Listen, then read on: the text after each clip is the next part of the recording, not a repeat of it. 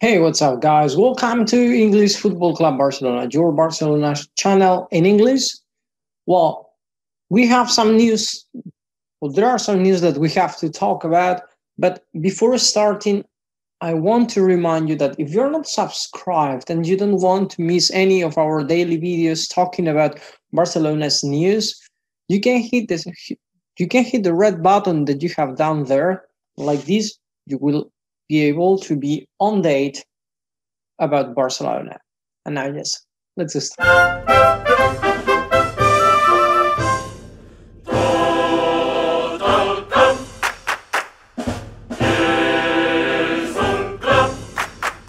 Well, I'm sorry, Mingueza.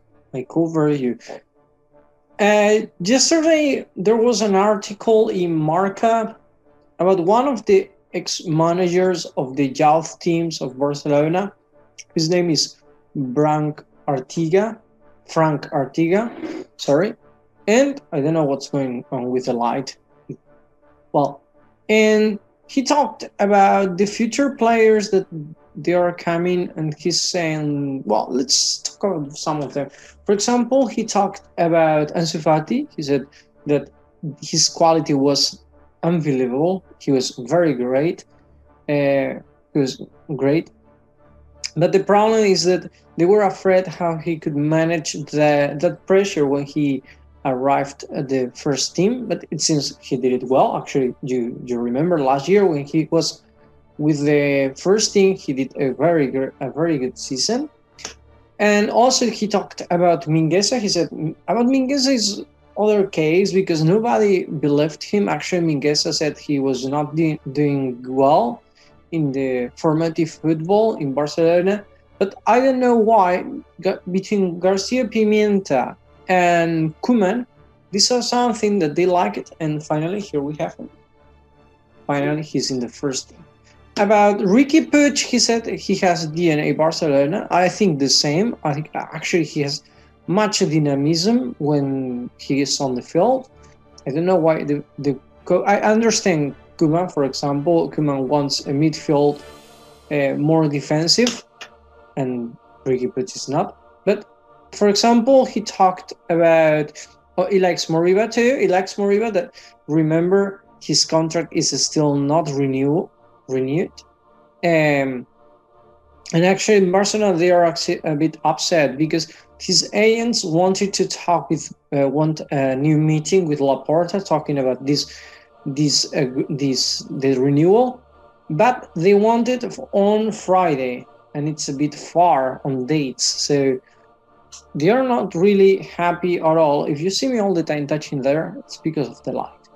Well, they're not happy with the situation because they feel a bit like, Moriba feels a bit like Barcelona pushed him to go away, and that's the same problem for whole the team.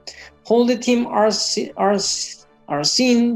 that Laporta is asking them to reduce their salaries, etc. But Laporta is still signing new players, and that's a bit like they feel unfair in that situation. And some of them even they feel like Barcelona what really wants is to ask them to leave, and it's not just the case of the salary.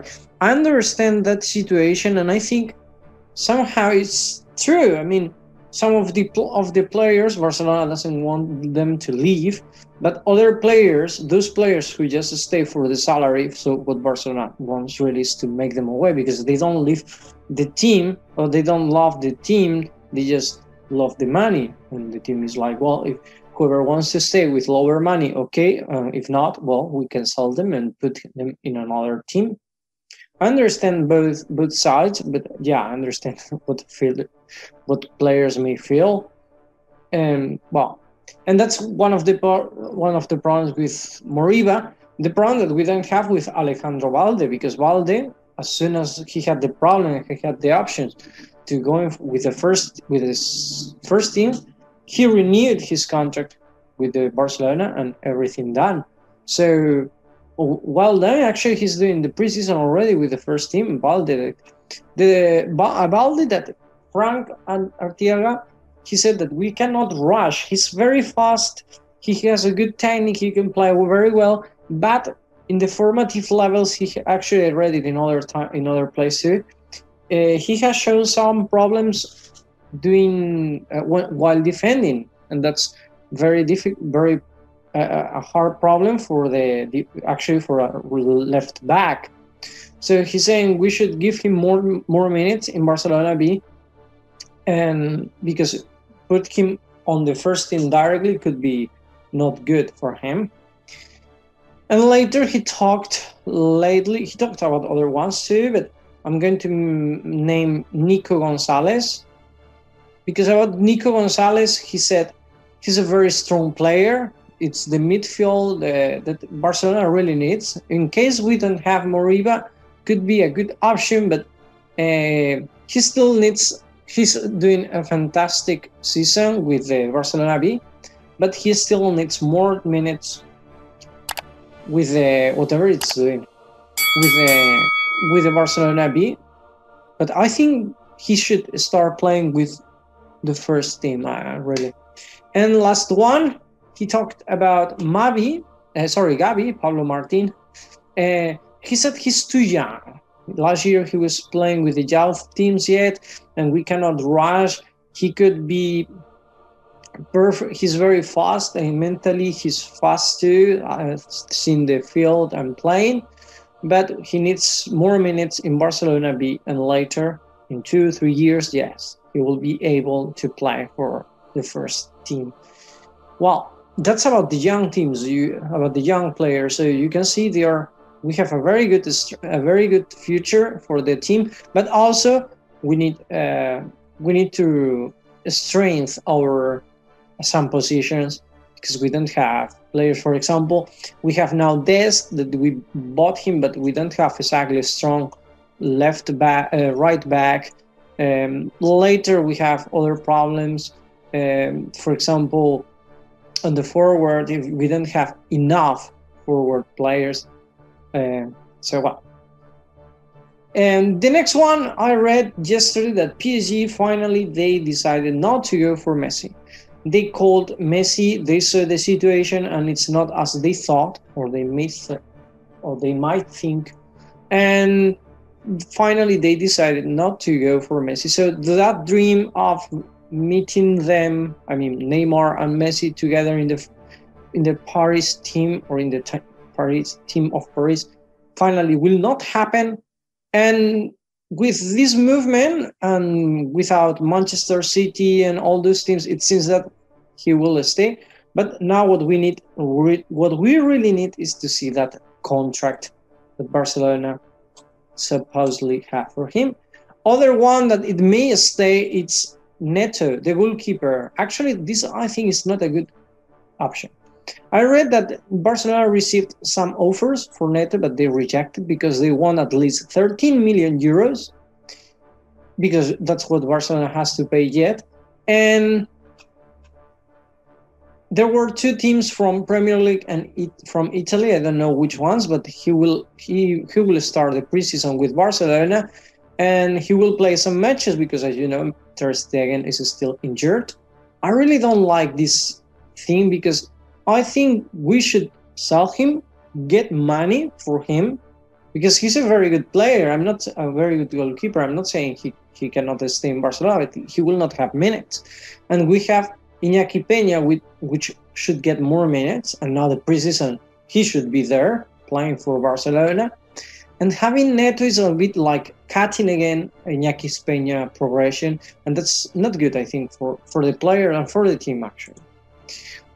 Because in the future, when we need to play, when Ter Stegen retires, etc., who's going to be our next coach or next goalkeeper?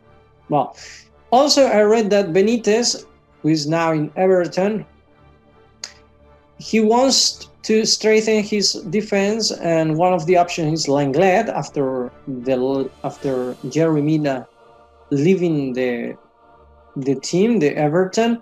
He thinks that Lenglet could be a good option for them, and yes, please bring it, because we have an overbooking on the defense. He's a good defense. This last year he had some mistakes, and I think his level has has gone down a bit. So I think it's better for him to leave Barcelona, like this weekend money, etc. So it will be a good option for both or for the three parties. And also, I read the news, but I think we knew already that Griezmann and the Barcelona wanted to exchange Griezmann for Joao Felix, but Atletico Madrid said no, and then the other option was to exchange it for Saul, an option that I really don't like it. Yeah, the quality of Joao Felix and Griezmann could be quite similar. The problem here, the problem for Griezmann is that he's a bit old. Let me put that away. Okay, that he's a bit old, and old. He's 29. Not that old really, but his salary, especially, he has 35 million. Not many teams can pay that, so that's a big problem. And Joao Felix, if in case he couldn't adapt to our system, at least you can sell him. That's a good option. But well, it seems that we can't get that exchange. And last one, if you want to be a Barcelona partner, the thing, as you see there is a kind of ID card. It's called Carnet Soci. Well, you have some options. For example, if you're a new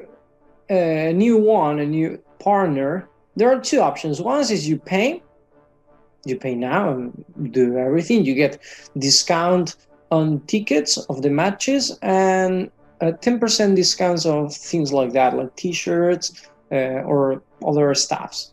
But in the case you are partner from before or etc., there are two problems. Well, there are two things.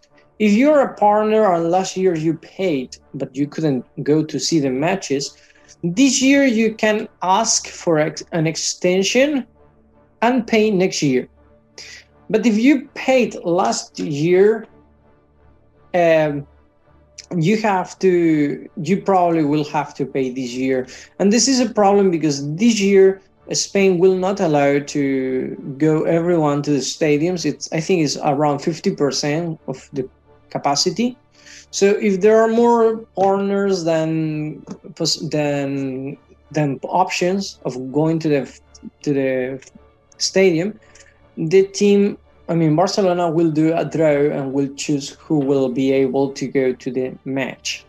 That's why they offer these discounts or these options. No, so I know none of you or a few of you will be interested in this for you, but well, in case if you want, you have this option. And that's all, guys. That's all what I wanted to tell you today. Thank you for watching us. Now my question of today is: what do you think about the future players of Barcelona? Do you think we need to strengthen other positions, or you think we have enough with those new players that we saw at the beginning? So as I said, thank you for watching us and see you in the next video. Ciao.